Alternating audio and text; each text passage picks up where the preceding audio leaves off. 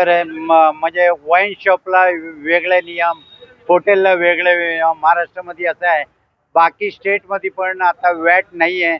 नुसतं महाराष्ट्रामध्ये hotel इंडस्ट्रीला 10% watt लावलेलं आहे. त्याच्यामुळे आमची व्यवसायामध्ये खूप परिणाम पडलेला आहे. आजचे दिवस सगळे वाईन शॉपमध्ये दारू घेतात आणि ते लोक ग्लास आणि चकणा पण ते लोकच ठेवतात. त्याच्यामुळे सगळे तिथे उभे राहून पितात. आणि स्मार्ट सिटी म्हणून बनवलेलं आहे मुंबईला. सगळे तुम्ही फुटपाथवरती बघा ना, सगळीकडे चायनीजचं गाडी दिसतात, तिथे ग्लास घेऊन दारू पित बसतात आणि हॉटेल आले कोणी येत नाहीये. आणि आता नवीन आणि मेन तुम्हाला वॅट लावायचे असेल तर तुम्ही प्रोडक्शन कुठे होतं तिथेच करा ना. तुम्ही सगळीकडे करायला जाऊन एका ठिकाणी करा आणि गव्हर्नमेंटची रेव्हेन्यू वाढणार आहे. त्याला आमची पण सपोर्ट आहे. गव्हर्नमेंट रेव्हेन्यू वाढला पाहिजे. गव्हर्नमेंट चालायचे असेल तर रेव्हेन्यूची आवश्यकता आहे. ते वाढण्यासाठी आमची हॉटेल इंडस्ट्री सगळं अन्नाची गुजरातला वेगळं नाही, गोव्याला वेगळं नाही, महाराष्ट्राला वेगळं नाही, काय सांगाल? आता गुजरातला तर दारूच बंदी आहे आणि बाकी सगळे वॅट नाही आहे, इथे वेगळंच आहे. आणि आम्ही तर एवढा कंटाळलेला आहे महाराष्ट्रामध्ये.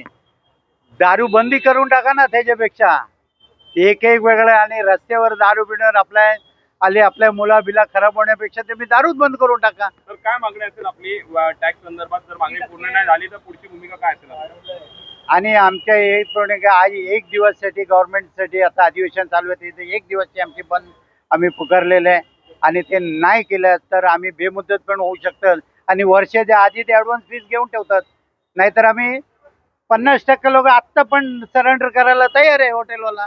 काय आम्हाला नाही परवडत आणि धंदा होणार नाहीये.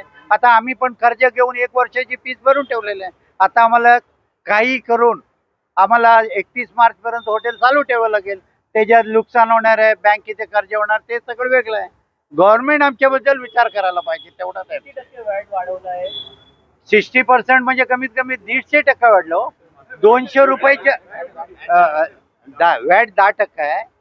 एक्सेस आता हे लावलं ते 60% म्हणजे 150%. 200 रुपयाची एक साधा ब्रँड कुठलाही क्वार्टर दारू घेतला ना 200 रुपयाला भेटायचे. आता त्याची किंमत कमीत कमी 470 रुपये होतात.